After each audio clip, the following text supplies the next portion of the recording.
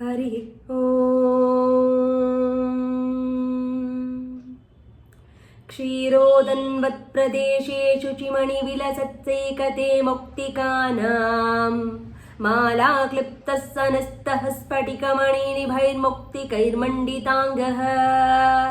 शुभ्रैरभ्रैरदभ्रैरुपरि विरचितैर्मुक्तपीयूषवर्षैरानन्देन पुनीयादरिनलिनगदा शङ्खः पाणिर्मुकुन्दः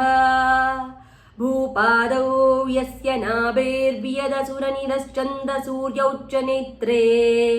कर्णावाशाः शिरोद्यौर्मुखमपि दहनो यस्य वासोऽयमब्धिः अन्तस्तं यस्य विश्वं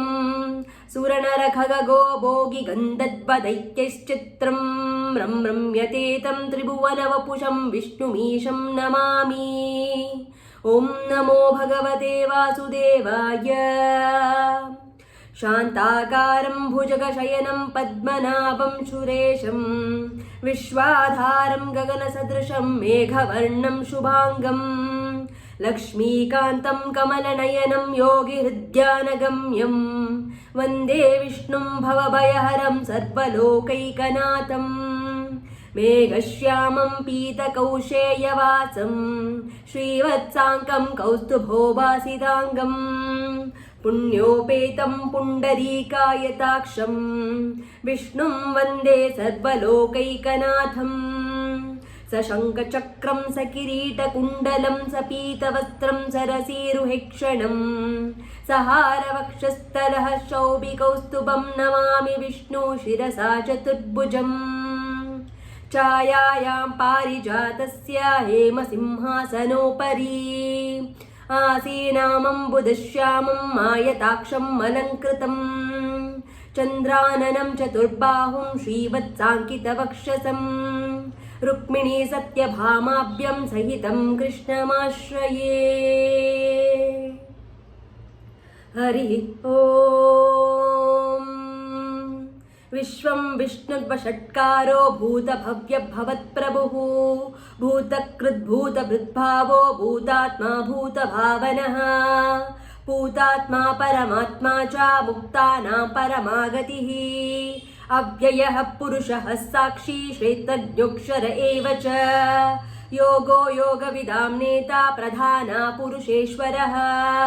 नारसिंहः वपुः श्रीमान् केशवः पुरुषोत्तमः सर्वः शर्वः शिवः स्थाणुर्भूतादिर्निधिरव्ययः सम्भवो भावनो भर्ता प्रभवः प्रभुरीश्वरः स्वयंभूः शम्भुरादित्यः पुष्कराक्षो महास्वरः अनादिनिधनो धाता विधाता धातुरुत्तमः अप्रमेयो ऋषिकेशः पद्मनाभो अमरप्रभुः विश्वकर्मा मनुस्त्वष्टा स्तविष्टः स्तविरोध्रुवः अग्राह्यः शाश्वतो कृष्णो लोहिताक्षः प्रतद्दनः प्रभूतस्त्रीककुब्धाम पवित्रं मङ्गलं परम् ईशानः प्राणदः प्राणो ज्येष्ठः श्रेष्ठः प्रजापतिः हिरण्यगर्भो भूगर्भो माधवो मधुसूदनः ईश्वरो विक्रमी धन्वी मेधावी विक्रमः क्रमः अनुत्तमो दुरादर्शः कृतज्ञः कृतिरात्मवान् सुरेशः शरणं शर्मा विश्वरेता प्रजाभवः अहः संवत्सरो व्यालः प्रत्ययः सर्वदर्शनः अजः सर्वेश्वरः सिद्धः सिद्धिः सर्वादिरच्युतः वृषाकपिरमेयात्मा सर्वयोगा विनिःसृतः वसुर्वसुमनाः सत्यः समात्मा संमितः समः अमोघः पुण्डरीकाक्षो वृषकर्मा वृषाकृतिः रुद्रो बहुशिरा बभ्रुर्विश्वयोनिः शुचिश्रवाः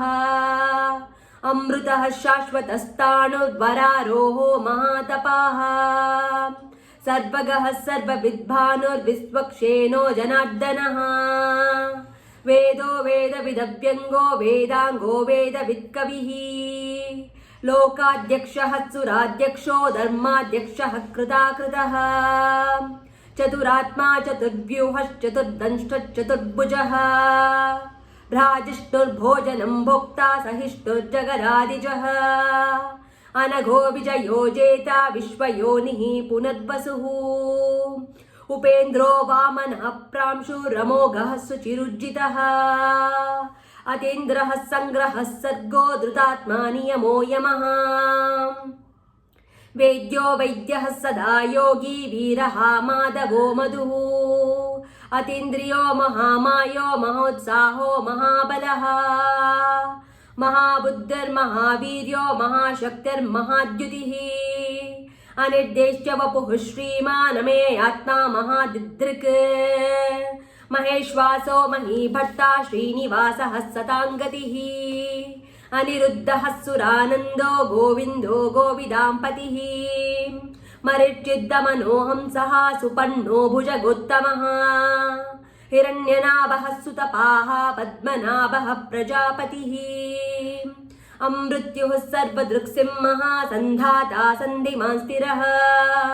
अजो दुर्मर्षणः शास्ता विश्रुतात्मा सुरारिः गुरुर्गुरुत्तमो धामा सत्यः सत्यपराक्रमः निमिषो अनिमिषः स्रग्वी वाचस्पतिरुदारधीः अग्रणी ग्रामणीः श्रीमान् न्यायो नेता समीरणः सहस्रमूर्धा विश्वात्मा सहस्राक्षः सहस्रपात् आवर्तनो निवृत्तात्मा संवृत्तः सम्प्रमर्दनः अहः संवर्तको वह्निरनिलोधरणीधरः सुप्रसादः प्रसन्नात्मा विश्वदृग्विश्वभुग्विभुः सत्कृता सत्कृतः साधुर्जन्नुर्नारायणो नरः असंख्येयो प्रमेयात्मा विशिष्टः शिष्टकृच्युचिः सिद्धार्थः सिद्धसङ्कल्पः सिद्धिदः सिद्धिसाधनः वृषाही वृषभो विष्णुर्वृषपर्वा वृषोदरः वर्धनो वर्धमानश्च विविक्तः श्रुतिसागरः सुभुजो दुर्धरो वाग्मी महेन्द्रो वसुधो वसुः नैकरूपो बृहद्रूपः शिपिविष्टः प्रकाशनः ओजस्तेजोद्युतिधरः प्रकाशात्मा प्रतापनः रुद्धः स्पष्टाक्षरो मन्तश्चन्द्रांशुर्भास्करद्युतिः अमृतांशूद्भवो भानुः शशिबिन्दुः सुरेश्वरः औषधं जगतः सेतुः सत्यधर्मपराक्रमः भूतभव्यभवन्नाथः पवनः पावनो नलः कामः कामकृत्कान्तः कामः कामप्रदः प्रभुः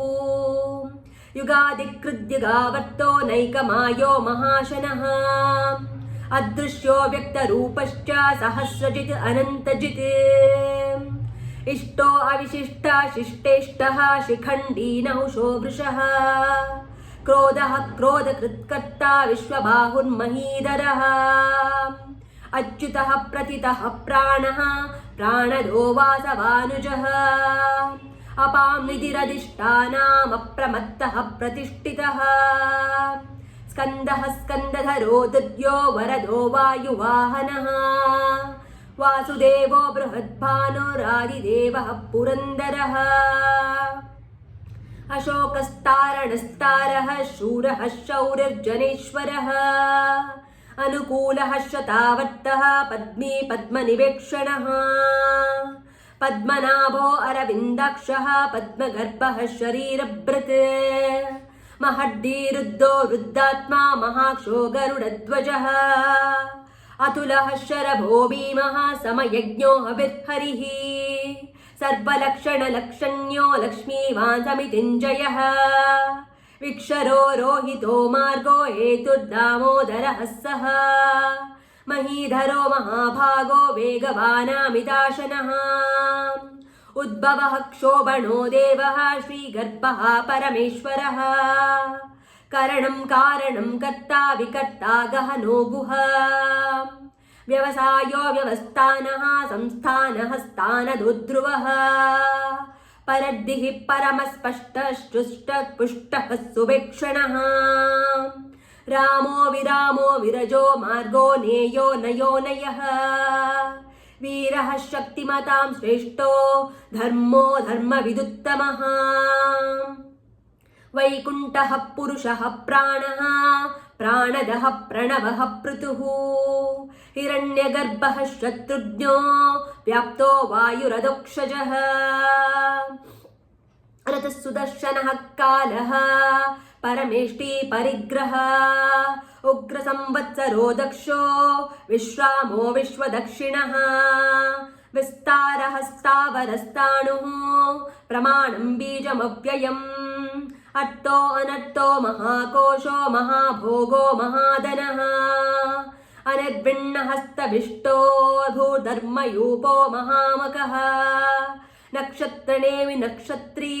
क्षमः क्षामः समीहनः यज्ञ इज्यो महेज्यश्च क्रतुः सत्रं सदाङ्गतिः सर्वदर्शी विमुक्तात्मा सर्वज्ञो ज्ञानमुत्तमम् सुव्रतः सुमुखः सूक्ष्मः सुघोषः सुकरः सुहृत् मनोहरो जितक्रोधो वीरबाहुद्विदारणः स्वापनः स्ववशो व्यापी नैकात्मानैककर्मकृत् वत्सरो वत्सलो वत्सी रत्नगर्भो धनेश्वरः धर्मकृद्धर्मी सदसत्क्षरमक्षरम् अविज्ञाता सहस्रांशोर्विधाता कृतलक्षणः गवस्तिनेमिः सत्त्वस्थः सिंहो भूतमहेश्वरः आदिदेवो महादेवो देवेशो देवभृद्गुरुः उत्तरो गोपतिर्गोप्ता ज्ञानगम्यः पुरातनः शरीरभूतभृद्भोक्ता कपीन्द्रो भूरि दक्षिणः सोमपोऽमृतपः सोमः पुरुषित्पुरुषत्तमः विनयोजयः सत्यसन्धो दाशाः सात्वतां पतिः जीवो विनयिता साक्षी मुकुन्दोऽमितविक्रमः अम्भोनिधिरनन्तात्मा महोदधिशयोऽन्तकः अजो महारः स्वाभाव्यो जितामित्रः प्रमोदनः आनन्दो नन्दनो नन्दः सत्यधर्मा त्रिविक्रमः महर्षिः कपिलाचार्यः कृतज्ञो मेदिनीपतिः त्रिपदस्त्रीदशाध्यक्षो महाशृङ्गः कृतान्तकृत् महावराहो गोविन्दः सुषेणः कनकाङ्गदी गुह्यो गभीरो गहनो गुप्तश्चक्र गदाधरः वेदाः स्वाङ्गोजितः कृष्णो दृढः सङ्कर्षणोच्युतः वर्णो वारुणो वृक्षः पुष्कराक्षो महामनाः भगवान् भगहानन्दी वनमाली हलायुधः आदित्यो ज्योतिरादित्यः सहिष्णुर्गतिसत्तमः सुधन्वा खण्डपरशुद्धारुणो द्रविणः प्रदः दिवस्पृक्सद्वदृभ्यासो वाचस्पतिरयो निजः त्रिसामा सामगः साम निर्वाणं भेषजम्भिषक्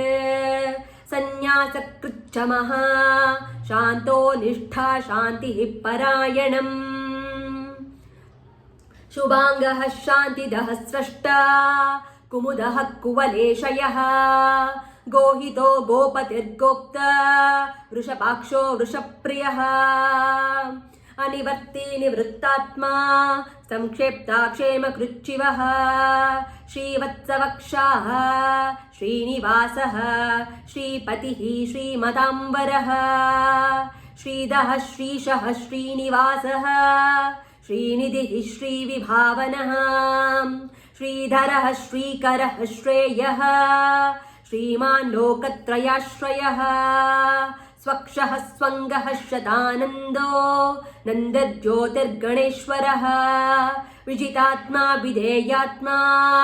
सत्कीर्तिश्चिन्न संशयः उदीर्णः सद्वतश्चक्षुरनीशः शाश्वतस्थिरः भूषयो भूषणो भूते विशोकशोकनाशनः अर्चिष्मानर्चितः कुम्भो विशुद्धात्मा विशोधनः अनिरुद्धो प्रतिरतः प्रद्युम्नोऽमितविक्रमः कालनेमिनिः वीरः शौरिः शूरजनेश्वरः त्रिलोकात्मा त्रिलोकेशः केशवः केशिहा हरिः कामदेवः कामपालः कामीकान्तः कृतागमः अनिर्देश्य वपुः विष्णुर्वीरोऽनन्तो धनञ्जयः ब्रह्मण्यो ब्रह्मकृद्ब्रह्मा ब्रह्म ब्रह्म विवर्धनः ब्रह्मविद् ब्राह्मणो ब्रह्मी ब्रह्मज्ञो ब्राह्मणप्रियः महाक्रमो महाकर्मा महातेजा महोरगः महाक्रतुर्महायज्व महायज्ञो महाहविः स्तव्यः स्तवप्रियः स्तोत्रम् स्तुतिः स्तोत्तारणप्रियः पूर्णः पूरयिता पुण्यः पुण्यकीर्तिरनामयः मनोजवस्तिष्ठकरो वसुरेता वसुप्रदः वसुप्रदो वासुदेवो वसुर्वसुमनाहविः सद्गतिः सत्कृतिः सत्ता सद्भूतिः सत्परायणः शूरसेनो यदुश्रेष्ठः सन्निवासः सुयामुनः भूतवासो वासुदेवः सर्वासु निलयो नलः दर्पः दर्पदो दृप्तो दुर्धरो तापराजितः विश्वमूर्तिर्महामूर्तिर्दीप्तमूर्तिरमूर्तिमान् अनेकमूर्तिरव्यक्तः शतमूर्तिः शताननः एकोनैकहस्तवः किं यत्तत्पदमनुत्तमम् लोकबन्धुर्लोकनाथो माधवो भक्तवत्सलः सुवर्णवर्णो हेमाङ्गो वराङ्गश्चन्दनाङ्गदी वीरः विषमः शून्यो घृताशीरश्चलश्चलः अमानी मानदो मान्यो लोकस्वामी त्रिलोकदृक् सुमेधा मेधजोदन्यः सत्यमेधाधराधराः तेजो वृषोद्युतिधरः सर्वशस्त्रभृताम्बरः प्रग्रहो निग्रहो व्यग्रो नैकशृङ्गो गदाग्रजः चतुर्मूर्तिश्चतुर्बाहुश्चतुर्व्यूहश्चतुर्गतिः चतुरात्मा चतुर्भावश्चतुर्वेदा विदेकपात् समावर्तो निवृत्तात्मा दुर्जयो दुरतिक्रमः दुर्लभो दुर्गमो दुर्गो दुराभासो दुरारिः शुभाङ्गो लोकसारङ्गः सुतन्तुस्तन्तुवर्धनः इन्द्रकर्मा महाकर्मा कृतकर्मा कृतागमः उद्भवः सुन्दरः सुन्दो रत्ननाभः सुलोचनः अर्को वाजसनः शृङ्गी जयन्तः सर्वविजयी सुवर्णबिन्दुरक्षोभ्यः सर्ववागीश्वरेश्वरः महाह्रदो महागर्तो महाभूतो महानिधिः कुमुदः कुन्दरः कुन्दः पर्जन्यः पावनोऽनिलः अमृतांशोऽमृतवपुः सर्वज्ञः सर्वतोमुखः सुलभः सुव्रतः सिद्धः शत्रुजिच्चत्रुतापनः न्यग्रोदोदुम्बरोश्वत्तश्चाणूरान्ध्रनिषूदनः सहस्राक्षिः सप्तजिह्वः सप्तैधाः सप्तवाहनः अमूर्तिरनघो चिन्त्यो भयकृद्भयनाशनः अणुबृहत्कृशः स्थूलो गुणब्रह्निर्गुणो महान् अद्रुतः स्वद्रुतः स्वास्यः प्राग्वांशो वंशवर्धनः भारभृत्कथितो योगी योगीशः सर्वकामदः आश्रमः श्रमणः क्षामः सुपर्णो वायुवाहनः धनुर्धरो धनुर्वेदो दण्डो दमयिता दमः अपराजितः सर्वसहो नियन्ता नियमो यमः सत्त्ववान् सात्विकः सत्यः सत्यधर्मपरायणः अभिप्रायः प्रियाहुर्ह प्रियकृत्प्रीतिवर्धनः विहाय सगतिर्ज्योतिः सुरुचिर्हुतभुग्विभुः रविर्विलोचनः सूर्यः सविता रविलोचनः अनन्तो हुतभुग्भोक्ता सुखदो नैकदोग्रजः अनिर्विण्णः सदामर्षि लोकाधिष्ठानमद्भुतः सनातनतमः कपिलः कपिरव्ययः स्वस्तिदः स्वस्तिकृत् स्वस्तिः स्वस्तिभुक् स्वस्ति दक्षिणः अरौद्रः कुण्डलीचक्री विक्रमयुज्जितशासनः शब्दातिगः शब्दसः शिशिरः शर्वरीकरः अक्रूरः पेशलो दक्षो दक्षिणः क्षमिणाम्बरः विद्वत्तमो वीतभयः पुण्यश्रवणकीर्तनः